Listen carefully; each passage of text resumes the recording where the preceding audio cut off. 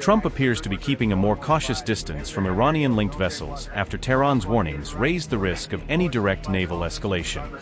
For the second time in days, the U.S. Navy is being portrayed as issuing compliance demands, rather than moving straight to seize every vessel it challenges in the region. Iran is also trying to project that it still holds key leverage, with talks now cancelled and some Iranian-linked shipping still becoming a test of how far Trump is willing to push the confrontation. U.S. Central Command said on April 25 that it intercepted a merchant vessel in the Arabian Sea as part of its enforcement campaign around Iranian energy exports. The United States said the vessel was trying to get through the blockade tied to Iran's ports and was ordered to turn back under escort. The ship, identified as the M/V Sevan, was described by CENTCOM as part of a 19-vessel shadow fleet transporting Iranian oil, gas, and related products to foreign markets. The interception came after Iran warned that its armed forces were ready to defend the country if the U.S. blockade continued. U.S. Central Command said, and I quote, "Yesterday, M/V Sevan was among 19 shadow fleet vessels sanctioned by the U.S. Department of Treasury for activities related to transporting billions of dollars worth of Iranian energy, oil and gas products, including propane and butane, to foreign markets." Earlier today, Sevan was intercepted in the Arabian Sea by a U.S. Navy helicopter from guided missile destroyer USS Pinckney, DDG-91, and the merchant vessel is currently complying with U.S. military direction to turn back to Iran under escort. U.S. forces continue to enforce U.S. sanctions and fully implement the blockade against ships entering or departing Iranian ports. 37 vessels have been redirected since the start of the blockade. Unquote. The U.S. Navy moved after War Secretary Pete Hegseth expanded the blockade posture, with the interception carried out by a Navy helicopter launched from a USS Pinckney. The United States has imposed an ironclad blockade that grows more powerful by the day. From the Gulf of Oman to the open oceans, our Navy is enforcing this blockade without hesitation or apology. I'll say this, every ship that the U.S. believes meets our criteria, either Iranian ships or to and from Iranian ports, has been turned around. As of this morning, 34 total. Non-Iranian vessels are allowed to transit, and many have, including overnight. Not only is the blockade growing, in fact, a second aircraft carrier will join the blockade in just a few days. No one sails from the Strait of Hormuz to anywhere in the world without the permission of the United States Navy. To the regime in Tehran, the blockade is tightening by the hour. We are in control, nothing in, nothing out. President Trump has authorized the United States Navy to destroy any Iranian fast boats that attempt to put mines in the water or disrupt passage through the Strait of Hormuz, to shoot and kill. Our commanders have clear rules of engagement. If Iran is putting mines in the water or otherwise threatening American commercial shipping or American forces, we will shoot to destroy. No hesitation, just like the drug boats in the Caribbean.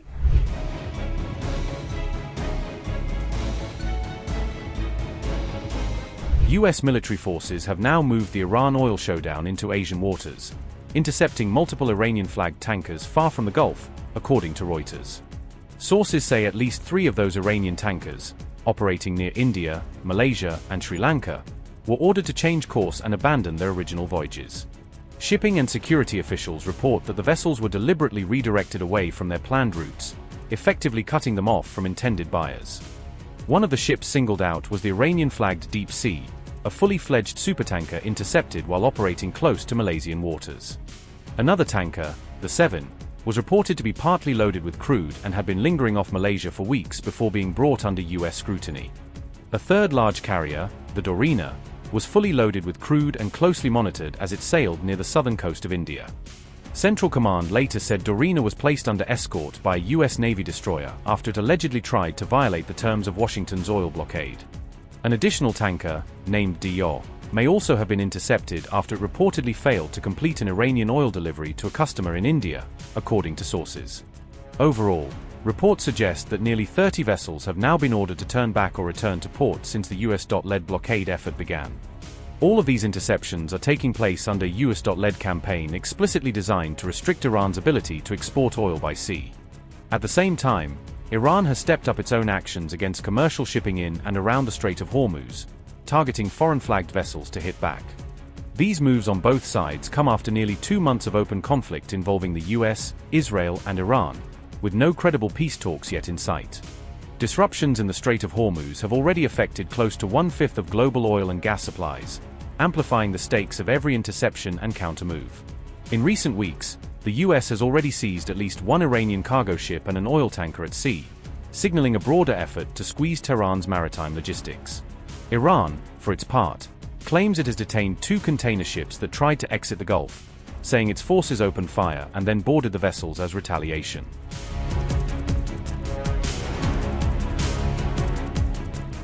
"34 Iran-linked tankers have bypassed the US naval blockade around Hormuz," the Financial Times reported, citing tracking data from Vortexa. These vessels slipped through despite US claims that the embargo has been a tremendous success, highlighting gaps in enforcement. The US imposed a blockade on all ships entering or leaving Iranian coastal waters on April 13th, as part of its wartime pressure campaign. On April 16th, the embargo was expanded to cover Iran-linked ships globally, including so-called dark fleet tankers operating far from the Gulf. Nevertheless, 19 tankers tied to Iran exited the Persian Gulf through the blockade undeterred, according to the Vortexa-based analysis.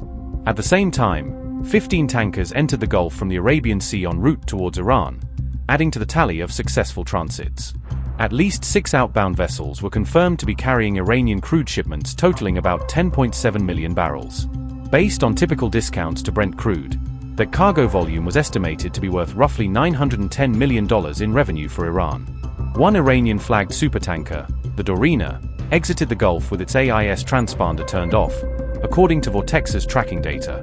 Satellite data earlier showed the Dorina had conducted a ship-to-ship transfer near Malaysia in March, a common tactic used to disguise sanctioned oil's origin. Such ship-to-ship transfers are widely used by tankers carrying sanctioned crude to conceal where the oil was loaded and who ultimately receives it. US sanctioned vessels, including the Merlikishan and Alicia, also entered the Gulf via the Gulf of Oman during this period, data showed. So far, the US has detained 1 tanker in the Gulf of Oman and boarded another vessel in the Indo-Pacific as part of blockade enforcement. US Central Command claims that naval forces have directed 28 vessels to turn back to Iranian ports after radio contact and interception orders.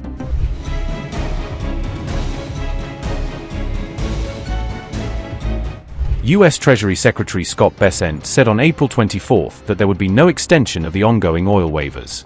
One waiver had allowed the purchase of Russian oil and petroleum products that were already at sea. Bessent also said that renewing the one-time waiver for Iranian oil cargoes already at sea was completely off the table. Scott Bessent said, and I quote, "Not the Iranians. We have the blockade, and there's no oil coming out. And we think in the next 2-3 days, they're going to have to start shuttering production, which will be very bad for their wells." Unquote.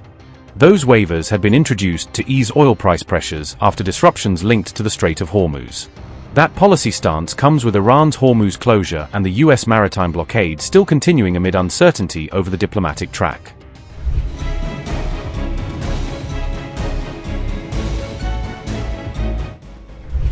On April 25th, Trump also called off the Pakistan diplomacy track, canceling the planned trip by his envoys for talks with Iran. That move came after Iran's foreign minister had already left Pakistan before the US envoys departed, deepening the collapse of the latest effort to restart talks.